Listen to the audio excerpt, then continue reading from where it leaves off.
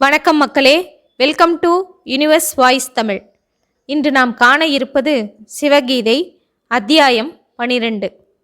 இதில் ராமர், தேவாதி தேவரே, பகவானே, மகேஸ்வரரே, உம்மை வணங்குகின்றேன். உபாசனை செய்ய வேண்டிய முறையையும் அதற்கு தக்க இடம் காலம் முதலியவற்றையும் கூறுங்கள் என்று கேட்கிறார். சிவபெருமான் சொல்லத் தொடங்குகிறார். ராமா, உபாசனை பற்றியும் அதற்கு தக்க இடம் காலங்கள் பற்றியும் சொல்லுகின்றேன், கேட்பீராக.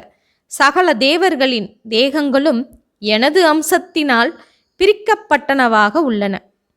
அரசர்களில் சிறந்தவரே, எவர் வேறு தேவதைகளிடம் பக்தி கொண்டு சிரத்தையுடன் பூஜிக்கின்றார்களோ அவர்களும் விதிப்படியின்றி என்னையே பூஜிக்கின்றவர் ஆவார்கள். இந்த உலகம் முழுவதும் என்னிலிருந்து வேறுபடுவது இல்லை. எனவே அனைத்து செயல்களையும் செய்பவனும் நானே. அனைவருக்கும் கர்மவினை பயனை அளிப்பவனும் நானே. எந்த மனிதர் எந்த வடிவத்தோடு ஒருவனேயான என்னை உபாசிக்கின்றனரோ அந்த மனிதருக்கு அந்த வடிவம் கொண்டவனாக நான் மகிழ்ச்சியோடு விரும்பியதை கொடுக்கின்றேன். விதிப்படியோ விதிப்படி இன்றியோ எவர் பக்தியோடு என்னை உபாசிக்கின்றனரோ அவர்களுக்கு நான் மகிழ்ச்சியோடு அதற்கு தக்க பலனை கொடுக்கின்றேன். இதில் சந்தேகம் இல்லை. தீய நடத்தையே உள்ளவனாக இருந்தாலும் என்னை வேறு எந்த பற்றும் இல்லாதவனாக எவன் பூஜிக்கின்றானோ அவன் சாது என்றே எண்ணத்தக்கவன். ஏனெனில் அவன் நல்ல திட சித்தம் உடையவன். எவன் வேறெதிலும் மனதை செலுத்தாதவனாக என் ஒருவனையே தனது ஜீவனாய் அறிகின்றானோ அவனை பிரம்மஹத்தி முதலான பாபங்கள் கூட தீண்டுவது இல்லை. உபாசனை செய்யும் முறைகள் 4 விதங்களாக சான்றோர்களால் சொல்லப்பட்டுள்ளது. அவை சம்பத், ஆரோபம், சம்வர்க்கம், அத்தியாசம் என்பது ஆகும். இங்கு சம்பத் உபாசனை என்றால் என்ன தெரியுமா? அற்பமாக உள்ளதை குண சம்பந்தத்தால் பெரியது என்று சிந்தித்துக் கொள்வது, மனம்தான் பரபிரம்மம் என்று நினைப்பது, இதுதான் சம்பத் உபாசனை. அடுத்து கர்ம அனுஷ்டான விதிமுறைகளில் சடங்குகளில் சொல்லப்பட்டுள்ளபடி அதை அனுசரித்து யாதொரு உபாசனை உள்ளதோ அந்த உபாசனையானது ஆரோபம் என்று சொல்லப்பட்டுள்ளது.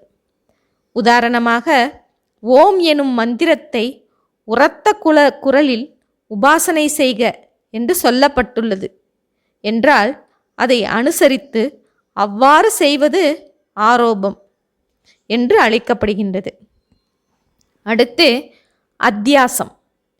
புத்திபூர்வமாக யாதொரு ஆரோபம் செய்யப்படுகின்றதோ அந்த உபாசனை விதி பெண்ணிடம் அக்னி புத்தி செய்வது, அது அத்தியாசம் என்று சொல்லப்பட்டுள்ளது. இங்கு சற்று விளக்கமாக பார்த்தால், கர்ம அனுஷ்டான முறைகளில் உள்ளபடி செய்வது ஆரோபம் என்று முந்தைய ஸ்லோகத்தில் சொல்லப்பட்டதல்லவா? அதே கர்ம அனுஷ்டானத்தில் சொல்லப்பட்டுள்ளதான ஹோமம் முதலானவற்றுக்கு அத்தியாசம் என்று பெயர். இதை செய்வது மனைவியுடன் இருந்து கூடி செய்வதாகும். மனைவிக்கென்று இதில் சில கிரியைகள் உள்ளன. இந்த அத்தியாசம் என்பது மனைவியுடன் செய்யப்படுவதாக கூறப்படுகின்றது. அடுத்து சம்வர்க்கம். சம்வர்க்கம் என்பது பிரளயத்தில் சம்வர்த்த வாயு ஒன்றே எல்லா பூதங்களையும் தன்னுள் அடக்கிக் கொள்கின்றது. அதுபோல கிரியாயோகம் ஒன்றினால் மட்டுமே உபாசிக்கும் முறைதான் சம்வர்க்கம் என்று அழைக்கப்படுவது. புத்தியினால் தன்னை பரமாத்ம சொரூபமாக நன்கு அறிந்து இருத்தலே அந்தர் உபாசனம் எனப்படும். இது உள்முகமான உபாசனை. சம்பத் முதலான உபாசனைகள் வெளியிலிருந்து செய்யப்படும் உபாசனைகள். இது மட்டுமல்ல, வேறு எதனாலும் சலனப்படாமல் பரமாத்ம சொரூபம் ஒன்றையே நினைக்கும் பயிற்சியினால் பரமாத்ம சொரூபத்தை நன்கு அறிந்திருத்தல் உபாசனை என்று சொல்லப்பட்டுள்ளது. சம்பத் முதலான வெளிமுகமான உபாசனைகளில் உறுதியான புத்தியோடு இருத்தல் சிறந்த உபாசனையாகும். உபாசனை செய்யும் போது அதன் கிரியைகளிலேயே நோக்கமாக இருப்பதும் கூட உபாசனைதான். உதாரணமாக, மந்திர ஜபம் செய்யும்போது மந்திரங்களால் அங்கநியாசம், கரநியாசம் முதலானவை செய்ய வேண்டும். பூஜை செய்யும்போது பகவானுக்கு அர்க்கியம், பாத்தியம் என்னும் 16 வகை உபச்சாரம் செய்ய வேண்டும். இவையெல்லாம் கிரியைகள். இந்த விஷயங்களை பற்றுதலோடு செய்வதும் கூட உபாசனை ஆகும். சரி, உபாசனை எவை என்பது என்னால் சொல்லப்பட்டதல்லவா? இனி அதன் அங்கங்களை, அதாவது பகுதிகளை பற்றி கூறுகிறேன், கேட்பீராக. புண்ணிய தீர்த்தங்களுக்கும் புண்ணிய சேத்திரங்களுக்கும் போவதையும் போவதில் உள்ள பற்றுதலையும் விட்டுவிட வேண்டும். எந்த இடத்தில் தன்னால் மனதை ஒருமுகப்படுத்த முடிகின்றதோ அங்கேயே சுகமாக இருக்க பழக வேண்டும். ஏகாந்தமான இடத்தில் கம்பளத்திலாவது, மிருதுவான வஸ்திரத்திலாவது, புலித்தோளிலாவது அமர்ந்து கொண்டு தனக்குரிய முறைப்படி திருமண் காப்போ அல்லது விபூதியோ தரித்து சகல இந்திரியங்களையும் அடக்கி கழுத்து, தலை, உடல் இவற்றை நேராக வைத்துக்கொண்டு பக்தியோடு தனது குருவை வணங்கி குருமுகமாய் அறிந்தபடி நியமத்தோடு யோகாபியாசம் செய்ய வேண்டும். எப்போதும் மோகம் கொண்ட மனத்தோடு அறிவற்றவனாக எவன் இருக்கின்றானோ அவனுடைய இந்திரியங்கள் தேர்பாகனுக்கு அடங்காத குதிரைகளைப் போல அடங்காது இருக்கும். யாதொருவன் முயற்சியினால் அறிவு பெற்றவனாக ஆகின்றானோ அவனுக்கு தேர்பாகனுக்கு நல்ல குதிரைகள் அடங்கி நடப்பது போல மனதோடு கூட இந்திரியங்கள் அடங்கி நடக்கும். யாதொருவன் அறிவற்றவனாகவும் மனம் வசப்படாதவனாகவும் காமம், குரோதம் முதலானவற்றோடு இருக்கின்றானோ அவன் அந்த மேலான பரமபதத்தை அடைய மாட்டான், சம்சாரத்தையே அடைவான். யாதொருவன் அறிவு உடையவனாகவும் மனம் வசப்பட்டவனாகவும் எப்போதும் காம மோகங்கள் அற்ற சுத்தவனாகவும் இருக்கின்றானோ அவன் எந்த பதத்தை அடைந்தால் மீண்டும் பிறப்பதில்லையோ அந்த பரமபதத்தை அடைகின்றான். யாதொருவன் அறிவு எனும் தேரோட்டியையும் மனம் என்னும் கடிவாளத்தையும் கொண்டவனாக இருக்கின்றானோ அவன் பாதையின் முடிவாகிய எனது மேலான பதத்தை அடைகின்றான். சோகம் இல்லாததும் விருப்பு வெறுப்புகள் அற்றதும் மிக்க சுத்த சொரூபமாக உள்ளதும் பிரகாசமாக உள்ளதுமான இதய கமலத்தை நன்கு சிந்தித்து அந்த இதய கமலத்தில் சிந்தனை கெட்டாத வடிவுடையவனாகவும் தோற்றம் என்றும் ஒன்றில்லாதவனாகவும் முடிவு என்றும் ஒன்றில்லாதவனாகவும் அழிவற்றவனாகவும் மங்களமானவனாகவும் ஆரம்பம் நடு முடிவுகள் அற்றவனாகவும் சாந்திமயமானவனாகவும் அனைத்திற்கும் காரணமானவனாகவும் பிரம்மனும் எங்கும் வியாபித்திருப்பவனும் ஞானமயமானவனும் உருவமற்றவனும் பரமேஸ்வரனும் அற்புதமானவனும் சுத்தமான ஸ்படிகம் போன்றவனுமான என்னை உமாதேவியை பாதி உடலாக கொண்டவனும் புலித்தோலை ஆடையாக அணிந்தவனும் கருத்த கழுத்தை உடையவனும் முக்கண்ணனும் ஜடையோடு விளங்குபவனும் சந்திரனை தலையில் சூடியிருப்பவனும் நாகத்தை பூநூலாய் அணிந்திருப்பவனும் மிகவும் மேலானவனும் அபயம் தரும் ஒரு கரத்தோடு மற்றுமுள்ள மேல் நோக்கியுள்ள கரங்களால் கோடரியையும் மானையும் தரித்திருப்பவனும் விபூதி பூசப்பட்ட சர்வாங்கமுடையவனும் சகல ஆபரணங்களையும் அணிந்திருப்பவனும் என்று இவ்வாறு உள்ள என்னை தியானம் செய்க. இங்கு தியானம் செய்யச் சொல்லும் சிவபெருமான் அதற்குரிய வழிமுறைகளையும் பற்றி கூறுகின்றார். முதலில் தியானம் செய்பவன் தன் மனதை சுத்தமாக்கிக் கொள்ள வேண்டும். இரண்டாவது, சிவபெருமானின் அரூபமான சச்சிதானந்த வடிவத்தை அறிய வேண்டும். மூன்றாவதாக, சிவபெருமானின் வடிவத்தை 4 திருக்கரங்களோடு மங்கள சுரூபியாய் அவர் இருக்கும் வடிவத்தை தியானிக்க வேண்டும் என்று விளக்கமாக சொல்லியிருக்கிறார். எனவே ஆரம்பத்தில் தியானத்திற்கு உருவம் அவசியம் என்றே இங்கு குறிப்பிடுகின்றார்.